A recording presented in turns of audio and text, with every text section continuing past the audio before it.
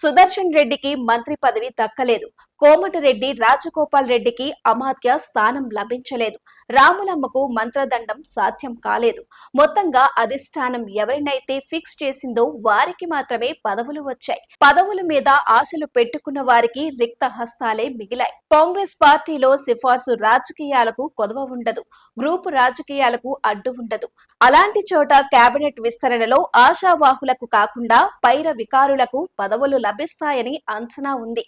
మీడియాకు కొన్ని పేర్లు లీక్ చేసినప్పటికీ వారికి పదవులు లభిస్తాయనే స్పష్టత లేదు. వాస్తవానికి కేబినెట్ విస్తరణ జరుగుతుందని ఎప్పటి నుంచో ప్రచారం మొదలైంది. దీనిపై అనేక సందర్భాలలో ముఖ్యమంత్రి రేవంత్ రెడ్డి హస్తినకు వెళ్లి వచ్చారు. పార్టీ పెద్దలను కలిశారు. కొన్నిసార్లు ఆయన ఒక్కరు మాత్రమే వెళ్లారు. ఇక అనేక సందర్భాలలో భట్టి విక్రమార్క, శ్రీధర్ బాబు, మహేష్ కుమార్ గౌడ్ వంటి వారు వెళ్లారు.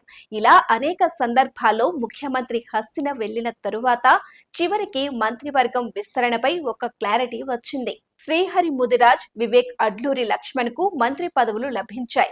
బీసీ, ఎస్సీ సామాజిక వర్గాలకు చెందిన నాయకులకు మంత్రి పదవులు ఇవ్వాలని అధిష్టానం పట్టుదలతో ఉండటంతో సిఫార్సులకు లెక్క లేకుండా పోయింది. వాస్తవానికి మంత్రివర్గ విస్తరణలో సుదర్శన్ రెడ్డి, రాజగోపాల్ రెడ్డి, విజయశాంతికి అవకాశం లభిస్తుందని ప్రచారం జరిగింది. ఎందుకంటే సుదర్శన్ రెడ్డికి ముఖ్యమంత్రి రేవంత్ రెడ్డి అండగా ఉన్నారు. రాజగోపాల్ రెడ్డికి కేసీ వేణుగోపాల్ రెడ్డి నుంచి అండదండలు ఉన్నాయి. విజయశాంతికి ఏసీసీ అధ్యక్షుడి ఆశీర్వాదాలు ఉన్నాయి. ఇన్ని ఉన్నప్పటికీ కూడా ఈ ముగ్గురికి పదవులు రాకపోవడం విశేషం. వీరు ముగ్గురు కూడా మంత్రి పదవులపై గంపెడు ఆశలు పెట్టుకున్నారు. వీరు మాత్రమే కాదు, అద్దంకి దయాకర్ కూడా మంత్రి అవుతారని ప్రచారం జరిగింది. అద్దంకి దయాకర్ అనుచరులు సోషల్ మీడియాలో విపరీతంగా ప్రచారం కూడా చేశారు.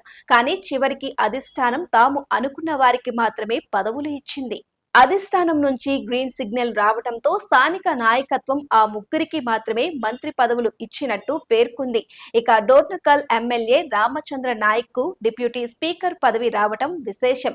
ఆయన తొలిసారిగా డోర్నకల్ నుంచి ఎమ్మెల్యేగా గెలిచారు. ముఖ్యమంత్రి దగ్గర పరపతి ఎక్కువగా ఉండటంతో చివరికి ఉప సభాపతి పోస్టును సాధించారు. తాజాగా ప్రకటించిన మంత్రివర్గంలో కరీంనగర్ జిల్లాకి చెందిన ఒక నాయకుడికి పదవి లభించింది.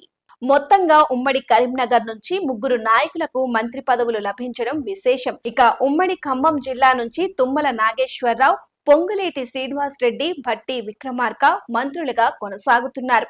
ఇప్పుడు ఈ జాబితాలోకి కరీంనగర్ జిల్లా నాయకులు కూడా చేరిపోయారు. కరీంనగర్ జిల్లా నుంచి శ్రీధర్ బాబు, ప్రభాకర్ తో పాటు లక్ష్మణ్ కు కూడా మంత్రి పదవులు లభించడంతో ఖమ్మంతో పాటు కరీంనగర్ కూడా ముగ్గురు మంత్రులతో కొనసాగుతోంది.